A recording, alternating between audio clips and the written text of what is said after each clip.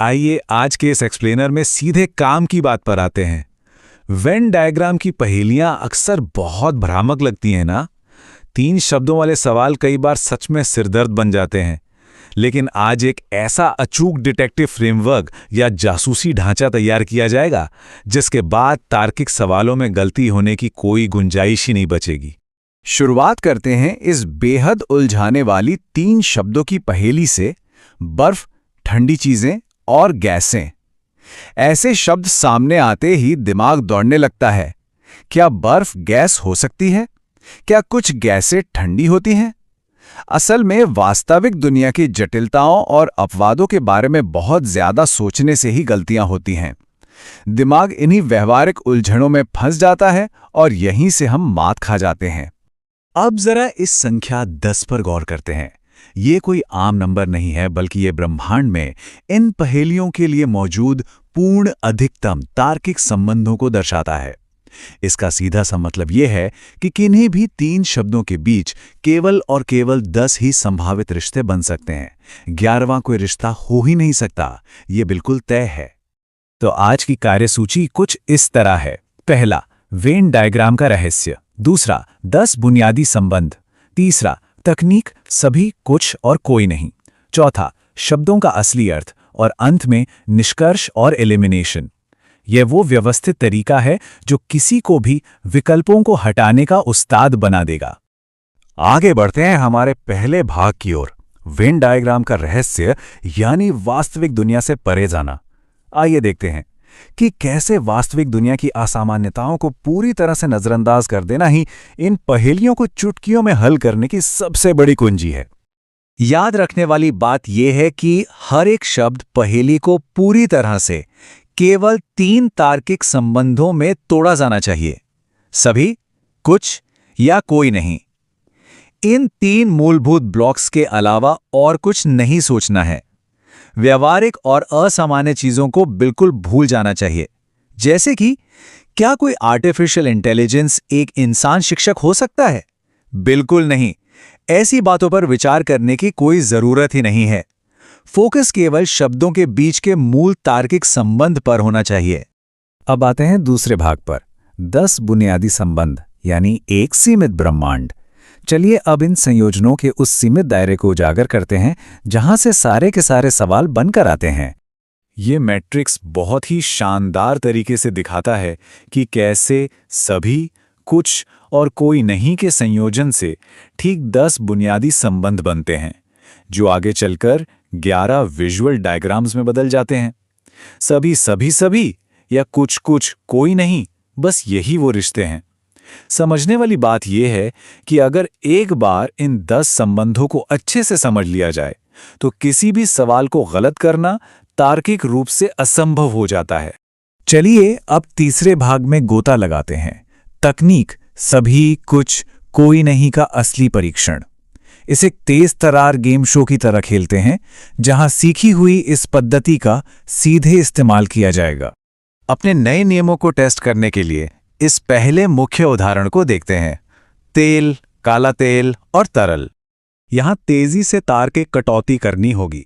देखिए, काला तेल पूरी तरह से तेल है यानी सभी, तेल पूरी तरह से तरल है यानी सभी, और जाहिर सी बात है काला तेल भी पूरी तरह से तरल ही है यानी फिर से सभी। तो संबंध क्या बना? सभी सभी सभी। इस स्पष्टता के साथ ऐसे किसी भी विकल्प को तुरंत हटा देना चाहिए जिसमें 3 पूर्ण समावेशन ना दिख रहे हों। है ना बिल्कुल आसान? अब जरा इस जीव विज्ञान के उदाहरण पर ध्यान देते हैं, फेफड़े, लीवर और किडनी। यहां उन बेतुके विचारों से बचना बेहद जरूरी है जहां बहुत ज्यादा दिमाग लगाकर कोई फेफड़े को लीवर के अंदर खोजने की कोशिश करने लगे। यहां एलिमिनेशन की प्रक्रिया बहुत ही सीधी है। फेफड़े कभी लीवर नहीं हो सकते, मतलब कोई नहीं। लीवर कभी किडनी नहीं हो सकता, यानी कोई नहीं। और फेफड़े भी किडनी नहीं हो सकते, फिर से कोई नहीं। चूंकि कोई भी अंग एक दूसरे से बिल्कुल नहीं जुड़ता, इसलिए इसका पक्का उत्तर है कोई नहीं, कोई नहीं, कोई नहीं। गलत विकल्पों को तो बिना सोचे तुरंत काट देना चाहिए। अब एक ऐसे उदाहरण पर आते हैं जो थोड़े से व्यवहारिक वर्गीकरण ज्ञान की मांग करता है। बैटरी, ड्राई सेल और वाष्प। यहाँ सबसे महत्वपूर्ण बात यह समझना है कि ड्राई सेल पूरी तरह से एक बैटरी का ही प्रकार है, इसलिए यहाँ सभी का संबंध है, जबकि वाष्प या भाप इन दोनों से पूरी तरह से अलग है, इसलिए दोनों के साथ कोई नहीं का रिश्ता बनेगा। बस इतनी सी समझ सीधे सभी कोई नहीं वाले संबंध तक ले जाती है। आगे बढ़ते हैं चौथे भाग की ओर, शब्दों का असली अर्थ, परीक्षा की उलझनें। ये एक बहुत ही दिलचस्प पहलू है जहां ये देखा जाएगा कि कैसे परीक्षा में दी गई शब्दावली अक्सर दिमाग को चकमा दे जाती है। उदाहरण के लिए अंग्रेजी का फीमेल या हिंदी का स्त्री शब्द सख्त जैविक लिंग को दर्शाता है, जबकि महिला या औरत एक सम्मानजनक या बोलचाल का शब्द है। शब्दावली की ऐसी ही छोटी छोटी गलत व्याख्याएं अक्सर सीधे तर्कों को पटरी से उतार देती हैं। लेकिन परीक्षा की वास्तविकता पर ध्यान देना बहुत आवश्यक है। परीक्षा बोर्ड अक्सर अंग्रेजी के फीमेल शब्द का सीधा अनुवाद महिला कर देते हैं।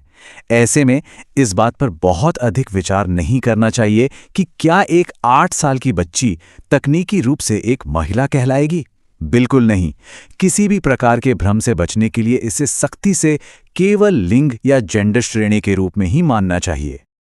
और अब हम पहुंच गए हैं अपने अंतिम भाग पर, निष्कर्ष और एलिमिनेशन, एक अचूक फॉर्मूला।